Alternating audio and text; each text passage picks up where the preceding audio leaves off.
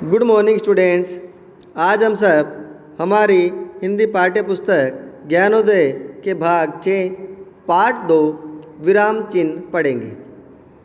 प्रस्तुत पाठ के प्रस्तुत कथा के लेखक श्री जयशंकर प्रसाद जी हैं, जिनका जन्म 1890 ईस्वी में हुआ था एवं मृत्यु इनका निधन 1937 ईस्वी में हुआ था। जयशंकर प्रसाद जी ने अपनी कहानियों के माध्यम से, कथाओं के माध्यम से सामाजिक समस्याओं के मूल कारण की पड़ताल की है कि वह समस्या किस कारण से है। प्रस्तुत पाठ में भी और प्रस्तुत कहानी में भी दलितों के प्रति गहरी संवेदना व्यक्त की है और किस प्रकार दलितों पर अत्याचार किए गए हैं, उसी की एक छोटी मार्मिक घटना का वर्णन किया गया। प्रस्तुत कहानी एक ऐसी बुढ़िया के बेटे की कहानी है जो मंदिर में प्रसाद लेने के लिए जाना चाहता है, परंतु उसे महंत और बाकी लोग मंदिर में जाने से रोकते हैं और उनके बीच मारपीट होती है। मारपीट के बीच ही उनकी जो वह बुढ़िया थी, जो उसकी माँ है राधे की, वह मृत्यु को प्राप्त हो जाती है। परंतु प्यारे छात्रों, प्रस्तुत कहानी हमारी उस सामाजिक व्यवस्था पर उंगली उठा रही है, उस सामाजिक व्यवस्था की ओर कुठाराघात कर रही है जिसमें हम ईश्वर के घर को भी, ईश्वर के मंदिर को भी हमने बड़ा छोटा बना दिया।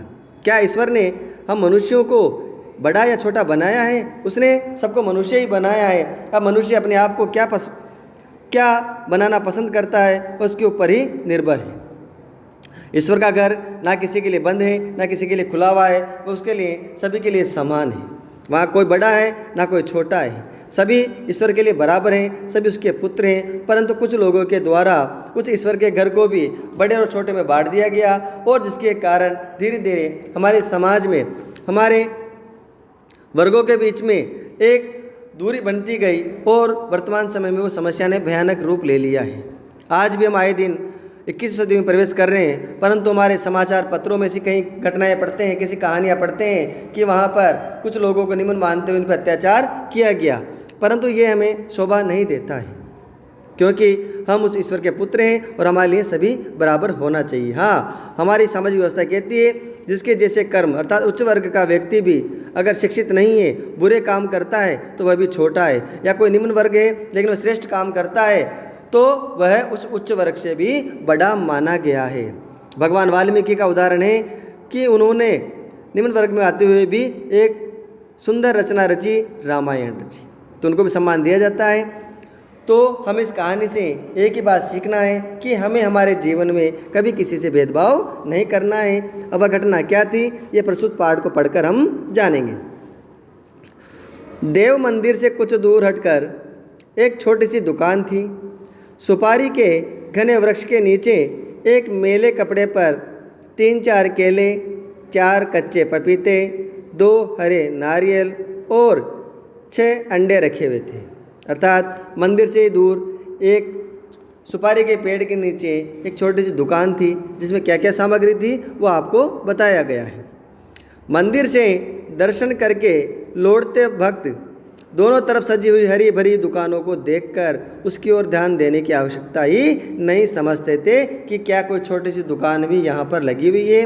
वह बड़ी बड़ी दुकानें और हरी भरी अर्थात सभी सुविधाओं से युक्त दुकानों को देखकर वह उस ओर देखने की जरूरत ही नहीं समझते थे। तो ये हमें एक प्रकार का व्यंग्य है, अर्थात जो उच्च वर्ग के लोग हैं, धनी लोग हैं, उनकी तरफ भी सबका ध्यान होता है, परंतु जो छोटी दुकान अर्थात निम्न वर्ग का प्रतिनिधित्व कर रही है, निम्न वर्ग है जो गरीब है, उसकी ओर कोई ध्यान नहीं देता है। वर्तमान समय में भी आज हमारे भारत देश में कई लोग गरीब हैं, पिछड़े हैं, परंतु उनकी ओर ध्यान देने वाला कोई नहीं है। उनके साथ कोई घटना घटित भी हो जाती है तो वह समाचार पत्र या न्यूज़ चैनलों की न्यूज़ नहीं बन पाती है, परंतु अगर किसी धनी के द्वारा या किसी बड़े व्यक्ति के साथ कोई छोटी सी घटना भी घट जाए तो वह सुर्खियाँ बन जाती है। तो वृद्ध दुकान वाली भी किसी को अपनी वस्तुओं के लिए नहीं बुलाती थी, क्योंकि उसे पता था कि लोग उसकी छोटी दुकान से बुलाने से भी सामान नहीं लेंगे, इसलिए वह किसी को बुलाती भी नहीं थी। वह चुपचाप अपने केलों, पपीतों को देख लेती, अर्थात वह किसी को बुलाती नहीं और उसकी जो सामग्री उसके सामने रखी हुई थी वह उन्हें देखकर ही चुप रहती, अर्थात वह संतोष कर लेती थी। मध्याह्न बीत चला था, दोपहर का समय धीरे धीरे समाप्त होने की ओर है। उसकी कोई वस्तु भी नहीं बिकी। अतः बड़ी दुकानों आगे उस छोटी दुकान का कोई महत्व नहीं था, उस गरीब की ओर कोई ध्यान नहीं दे रहा था, इसलिए उसकी कोई वस्तु अर्थात उसकी जो वस्तुएं रखी हुई थी उसमें से कुछ भी नहीं बिका। मुंह की नहीं, उसके शरीर की भी झुर्रियाँ रुकी होकर ऐठी जा रही थी, अर्थात उसकी उम्र ज़्यादा थी, वह सुबह से बैठी हुई थी, उसकी कोई वस्तु बिकी नहीं थी, इसलिए वह बड़ी दुखी थी। मूल्य देकर दाल भात की हांडियाँ लिए लोग चले जा रहे थे। मूल्य देकर था, पैसा देकर। कहाँ पैसा देकर? उस मंदिर में जो ईश्वर का बनाया हुआ ईश्वर का घर है, वहाँ पर लोग मिलने वाले प्रसाद को भी पैसा देकर और उस दाल भात की हांडी को अर्थात उस प्रसाद की हांडी को लेकर घर जा रहे थे, परंतु उस ईश्वर के बनाए हुए उस मनुष्य की ओर, उस बुढ़िया की ओर किसी का ध्यान नहीं था कि वह भी दुखी होगी, उसे भी भोजन की आवश्यकता होगी।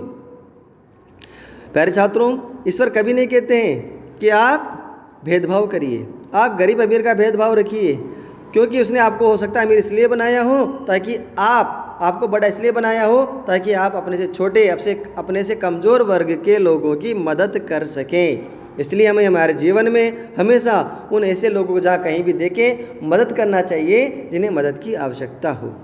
परंतु लोग उस ओर ध्यान दिए बिना पैसे देकर उस प्रसाद को लेकर जा रहे थे।